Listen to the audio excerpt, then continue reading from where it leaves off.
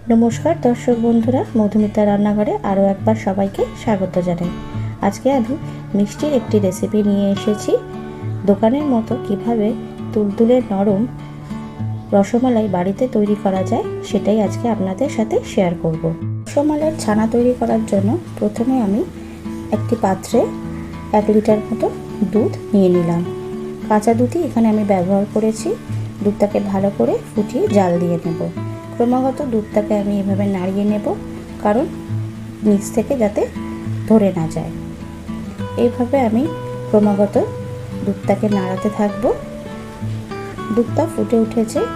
এরপর আমি এখানে একটি পাত্রে জল নিয়ে নিয়েছি আর তাতে 4 টেবিল স্পুন মতো ভিনেগার নিয়ে নিলাম। আমি আজকে ছানাটা ভিনেগার দিয়েই কাটাবো। এইভাবে করে दूधटाके भालो करे नाड़िए निये 1 चामच करे ভিনেগার दिए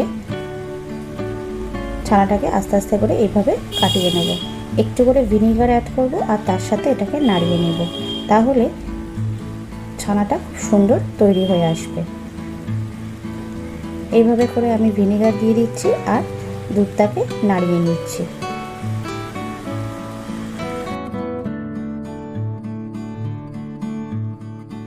পুরো ভিনেগারটাই আমি এর মধ্যে দিয়ে দেব।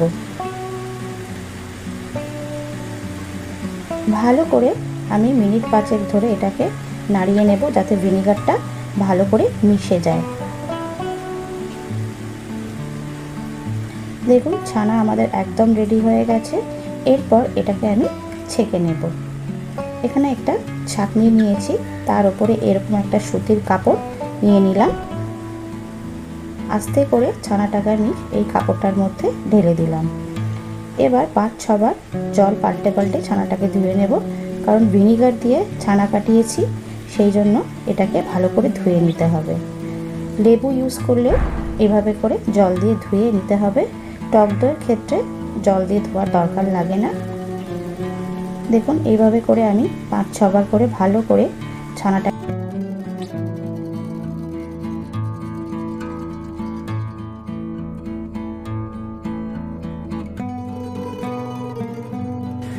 ভালো করে ধোয়া হয়ে গেছে। এরপরে এটাকে আমি জলটাকে ছেঁকে নেব। যেটুকুনি জল ভেতরে আছে এইভাবে করে বেশি চিপবো না, যাতে ছানার ভেতরে যে তেলটা থাকে সেটা চলে যায়। ভালো করে চিপে আমি জলটা বার করে এই ছাঁকনিতেই এটাকে রেখে দেব। দেখুন ছানা একদম রেডি হয়ে গেছে। এরপরে এটাকে আমি এইভাবে করে মেখে নেব। বেশি রগড়ে রগড়ে মাখবো না, কারণ যাতে ছানার ভেতরে যে ময়েশ্চারটা আছে সেটা চলে যায়। 7 থেকে 8 মিনিট মতো এটাকে মাখবো, তার বেশি একদমই মাখবো না, কারণ ছানা একদম শক্ত হয়ে যাবে আর মিষ্টিগুলো রসমালাইয়ের শক্ত হয়ে আসবে। এখানে দিয়ে দিলাম 1 টেবিল স্পুন মতো চিনি, 1 টেবিল স্পুন মতো ময়দা আর 1 পিঞ্চ মতো বেকিং পাউডার। এরপর আমি আরও 5 মিনিট এটাকে মেখে নেব।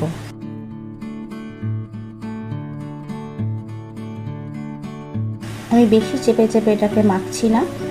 দেখুন মাখা আমার একদম হয়ে এসছে।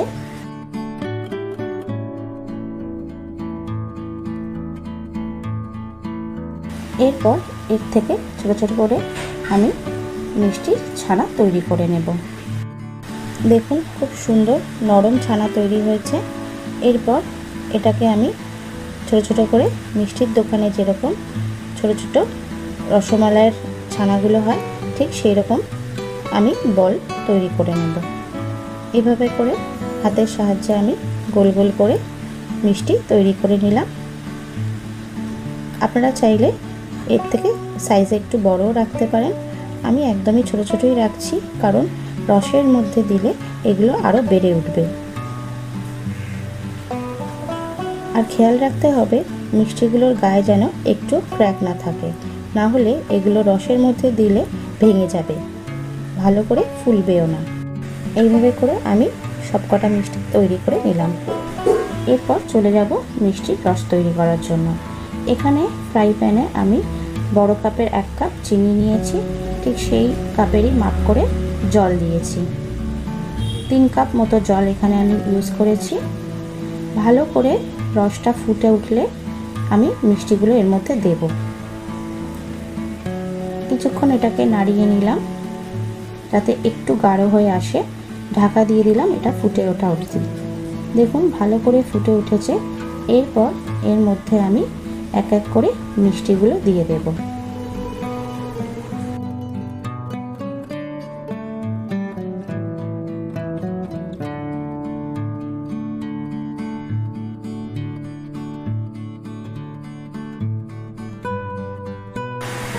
মিষ্টিগুলো দেওয়া হয়ে গেলে এরপর এটাকে আমি ঢাকা দিয়ে দেব আর গ্যাসের ফ্লেমটাকে একদম হাই করে দেব।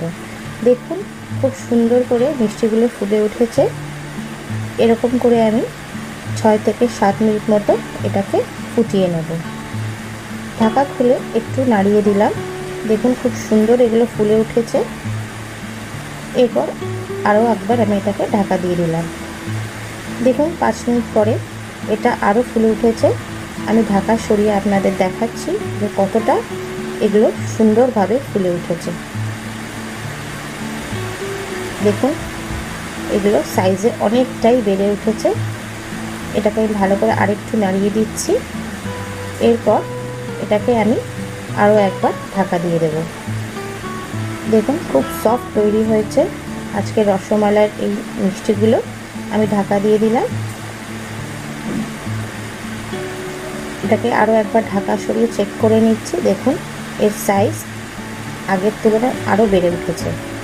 রসমালাইয়ের মিষ্টি আমাদের রেডি হয়ে গেছে। এরপর গ্যাসের ফ্লেম অফ করে আমি মিষ্টিগুলোকে নামিয়ে নেব। এখানে ছাঁকনি নিয়ে নিয়েছি মিষ্টির রসগুলোকে ঝরিয়ে নেবার জন্য। আমি আস্তে আস্তে করে মিষ্টিগুলো এই ছাঁকনিতে দিয়ে 5 মিনিট মতো মিষ্টির রসগুলো ঝরিয়ে নেব। দেখুন কতটা সফট তৈরি হয়েছে আর সাইজেও অনেকটা বড় হয়ে গেছে। আমি আরেকটা দেখাচ্ছি। দেখুন কতটা সফট তৈরি হয়েছে। এরপর এখানে আমি 1/2 লিটার মতো দুধ নিয়ে নিয়েছি। দুধটাকে আমি ভালো করে জাল দিয়ে এর মধ্যে দিয়ে দিলাম সামান্য পরিমাণ এলাচের গুঁড়ো। এরপর দিয়ে দিলাম কিছুটা কেশর। কেশর দিলে একদম দোকানে যেরকম রসমালাইয়ের কালার হয় হলুদ রঙের, ঠিক সেই কালারটা চলে আসবে। আর এই কেশর একটা সুন্দর গন্ধ দেয়। এখানে আমি 1 বাটি মতো গুঁড়ো দুধ দিয়ে দিলাম। গুঁড়ো দুধটা দেওয়ার পরে ভালো করে দুধের সাথে মিশিয়ে নেব। গুঁড়ো দুধ দিলে এই দুধটা একটু ঘন হয়ে আসবে। ভালো করে দুধটাকে আমি 5 মিনিট মতো নেড়ে নিয়েছি। এরপর এর মধ্যে চিনিটা দিয়ে দিলাম 1 বাটি মতো। পুরো চিনি দিইনি, আমি টেস্ট করে দেখে তারপরে বাকি চিনিটা দেব, কারণ বেশি মিষ্টি রসমালাইয়ের আবার ভালো লাগে না। বাকি চিনিটাও দিয়ে দিলাম। এরপর চিনিটাকে ভালো করে মিশিয়ে নিয়েছি। দেখুন রসমালাইয়ের কালারটা খুব সুন্দরভাবে চেঞ্জ হয়ে এসছে। এটাকে আমি আরেকটু গাঢ় করে নিয়ে মিষ্টিগুলো এর মধ্যে দিয়ে দিলাম।